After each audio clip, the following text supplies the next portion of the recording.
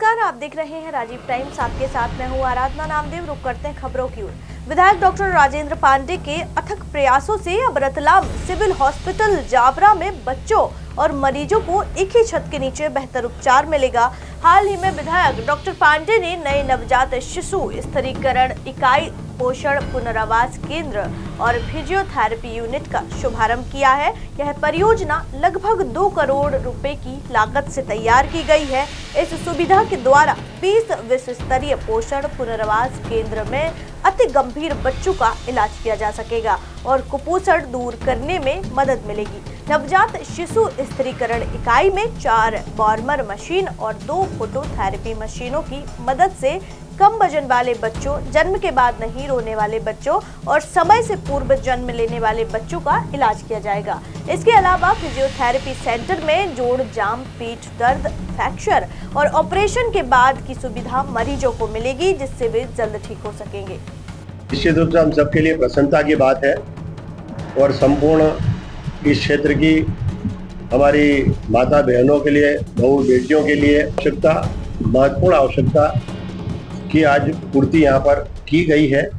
और वे सारे संसाधन एक आधुनिक चिकित्सा को दृष्टिगत रखते हुए एडवांस मेडिकल जो हमारी होना चाहिए, जितना हम बेहतर से बेहतर कर सकें और जितना अच्छा से अच्छा उपचार होने के साथ साथ अगर किसी प्रकार की नवजात में कोई गंभीर बीमारी है, अगर कुपोषण की स्थिति है या कम वजन की स्थिति है या पीलिया की स्थिति है या अन्य किसी प्रकार का और कोई रोग है, वैसी दशा में भी उसकी असमय मृत्यु न हो, उसके प्राण बचाए जा सके। तो एक प्राण बचाए जाने के लिए एक तरह से प्राण वाहिनी का प्रारंभ यहाँ पर हुआ है और ये संपूर्ण क्षेत्र के काम में आने वाला एक महत्वपूर्ण इस अस्पताल का भाग रहेगा। वहीं रुक करते अगली खबर का, जहां रतलाम जिले के पिपलौदा में पुलिस ने अवैध मादक पदार्थ तस्करी में शामिल एक युवक को गिरफ्तार किया है। यह कार्रवाई उप निरीक्षक लोकेंद्र सिंह डावर के नेतृत्व में हुई, जिन्हें विश्वसनीय मुखबिर से सूचना मिली थी कि एक व्यक्ति राजस्थान के कोटड़ी क्षेत्र से काले रंग की बाइक पर अवैध एमडी ड्रग्स को लेकर आ रहा है। सूचना के आधार पर पुलिस टीम ने पिपलौदा के प्रतापगढ़ तिराहा स्थित आम रोड पर नाकाबंदी की।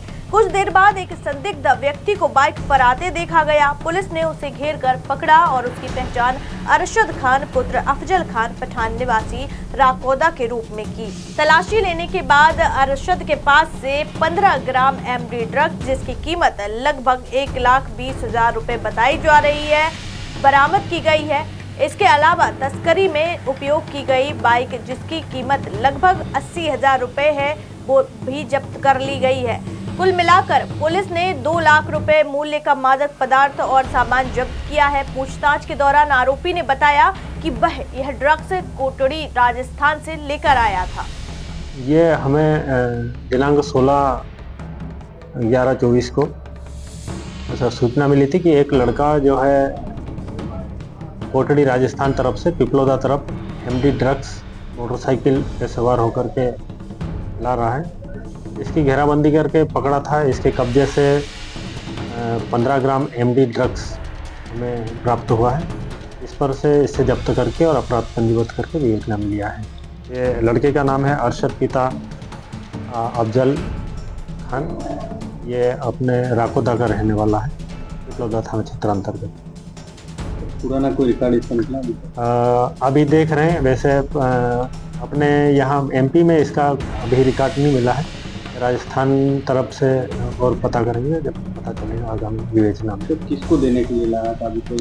इसके संबंध में हम पूछताछ कर रहे हैं। इसे आज न्यायालय पेश करके पुलिस रिमांड लेंगे और ये किसे देने जा रहा था इस संबंध में और विस्तृत पूछताछ करेंगे।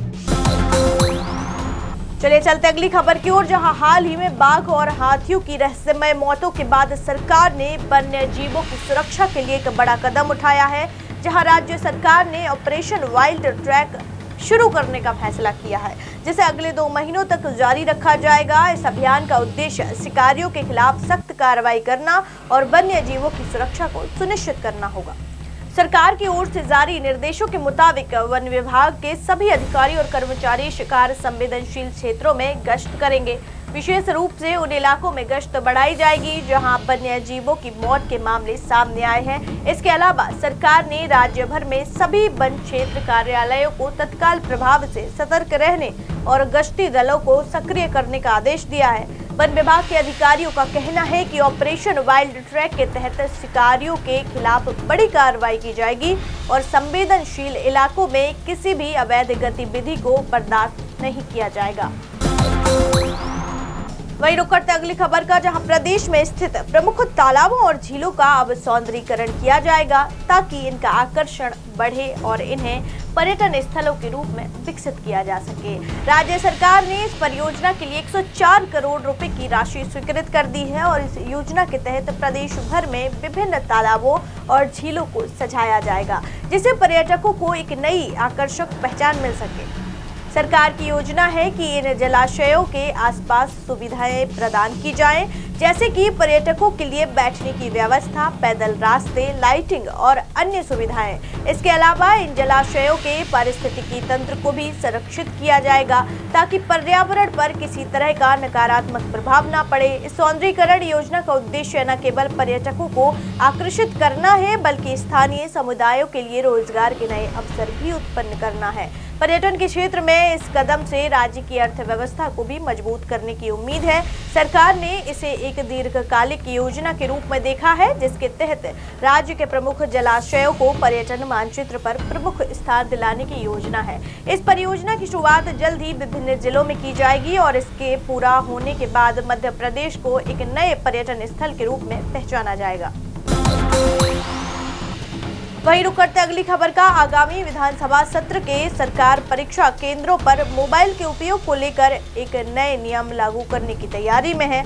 आगामी बदलावों के तहत परीक्षा केंद्रों के भीतर मोबाइल फोन लाने की अनुमति नहीं होगी और परीक्षा केंद्र अध्यक्षों को भी मोबाइल रखने की इजाजत नहीं दी जाएगी। नई नियमावली के तहत यदि कोई भी परीक्षा केंद्र पर मोबाइल का उपयोग करते हुए पकड़ा जाता है तो इसके खिलाफ कड़ी कार्रवाई की जाएगी। खासकर परीक्षा केंद्र अध्यक्षों के लिए यह नियम और सख्त होंगे ताकि परीक्षा में किसी भी प्रकार की नकल या धोखाधड़ी को रोका जा सके। इसके साथ ही परीक्षा में नियमों का उल्लंघन करने पर 10 साल तक की सजा का प्रावधान भी किया जाएगा। यह कदम सरकार की तरफ से परीक्षा के निष्पक्ष संचालन को सुनिश्चित करने और छात्रों के बीच एक समान अवसर प्रदान करने के उद्देश्य से उठाया गया है। सरकार इस फैसले का मुख्य उद्देश्य परीक्षा केंद्रों पर अनुशासन और सुरक्षा सुनिश्चित सरकार के इस फैसले का मुख्य उद्देश्य परीक्षा केंद्रों पर अनुशासन और सुरक्षा सुनिश्चित करना है। इसके साथ ही मोबाइल के माध्यम से परीक्षा में नकल और अन्य अनियमितताओं को रोकने का प्रयास किया जाएगा। नए नियमों के तहत परीक्षा केंद्रों में मोबाइल के इस्तेमाल पर पूरी तरह से प्रतिबंध होगा और इस बदलाव को लेकर अगले विधानसभा सत्र में विधेयक पेश किए जाने की संभावना है। इस बुलेटिन में फिलहाल इतना ही। देश दुनिया की तमाम खबरें देखने के लिए देखते रहिए राजीव टाइम्स। नमस्कार।